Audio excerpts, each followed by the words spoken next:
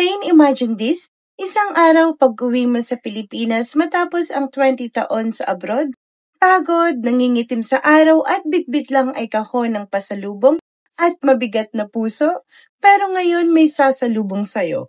Hindi lang pamilya mo, kundi pensyon mula sa gobyerno bilang pagkilala sa lahat ng sakripisyo mo. Magandang pakinggan, di ba? Pero ang tanong, totoo ba to? Ito na ba ang matagal nang hinihintay ng mga OFW? Ang sarili nilang pension fund? Alamin natin ang buong kwento sa likod ng panukalang batas ni Senator Erwin Tulfo, ang OFW Pension Act of 2025. Matagal nang tinatawag na bagong bayani ang mga OFW. Mga nurse, seafarer, caregiver, engineer, technician, construction worker. Lahat ng nagbuwis ng oras, lakas at minsan kalusugan para lang matulungan ang pamilya. Pero alam mo, Kalin, sa kabila ng lahat ng remittance na ipinapadala nila, marami pa ring OFW ang umuwi ng walang ipon. Walang SSS pension, walang financial safety net. Ang masakit pa, minsan kahit 20 years abroad, pag-uwi nila balik zero. Diyan pumasok ang ideya ni Senator Erwin Tulfo. Ang sabi niya, hindi pwedeng puro salamat lang. Dapat may konkretong tulong pagdating ng katandaan. Kaya isinulong niya ang Senate Bill No. 252. Isang batas na magbibigay ng 5,000 pesos buwanang pensyon sa mga OFW na kwalipikado. Ang tawag dito ay OFW Pension Act of 2025. At malinaw sa unang bahagi, gusto ng gobyerno na kilalanin ang contribution ng OFWs sa ekonomiya ng bansa.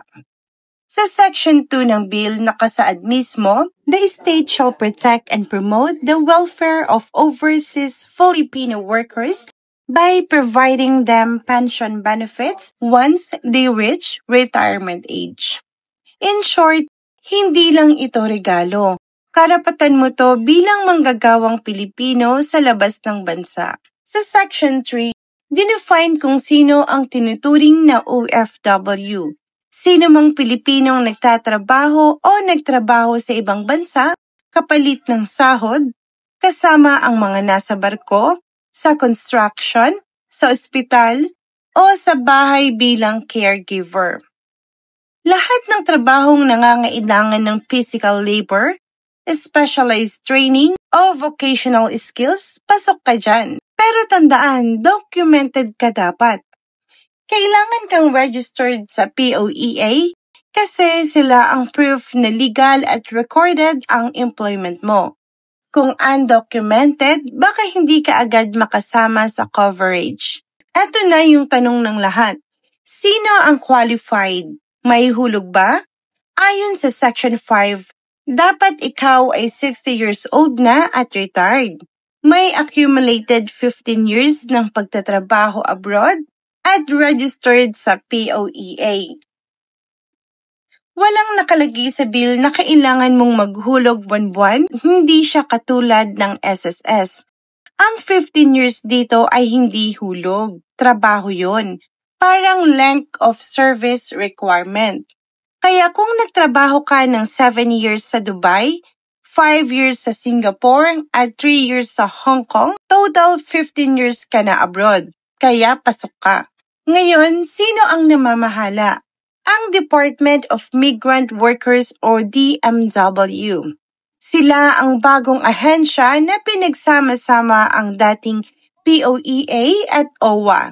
Sila ang magpapatakbo ng pension system. Mula sa pag-verify ng mga qualified OFW hanggang sa pamamahala ng pondo. Sabi sa Section 7, tungkulin ng DMW na gumawa ng pension plan, mag-manage ng OFW pension fund, at siguraduhin sustainable ito.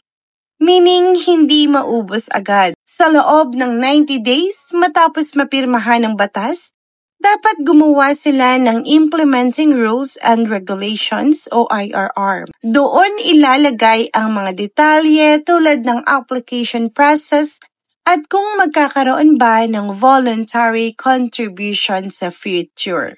Ngayon, Kalain, dito tayo madalas nagdududa. Saan kukunin ang pondo? Ayon sa Section 9, the amount necessary for the implementation of this act shall be included in the annual appropriations of the DMW. Ibig sabihin, galing muna sa national budget, government-funded, walang nakalagay na hulog mula sa OFW. Pero sa future, kung gusto ng DMW na mapatagal ang pondo, pwede silang magdagdag ng voluntary contribution system, parang savings type option. Real talk, Kalain, maganda ang hangarin ng bill na ito. Finally, may batas na kumikilala sa OFW hindi lang bilang bayani, kundi bilang manggagawang dapat may proteksyon at pensyon. Pero syempre, kailangan din ng transparency at sustainability. Kasi kung bawat pensyon ay 5,000 pesos buwan-buwan at milyon ang OFWs, kailangan dito ng matibay na sistema, hindi lang pang 1-year headline. May ipapasabay ito agad? Well, ang tanong ngayon, may ipapasabay ito agad? Well, nasa kamay na yan ng Kongreso. Pero ang mahalaga, lumalakas na ang boses ng mga OFW.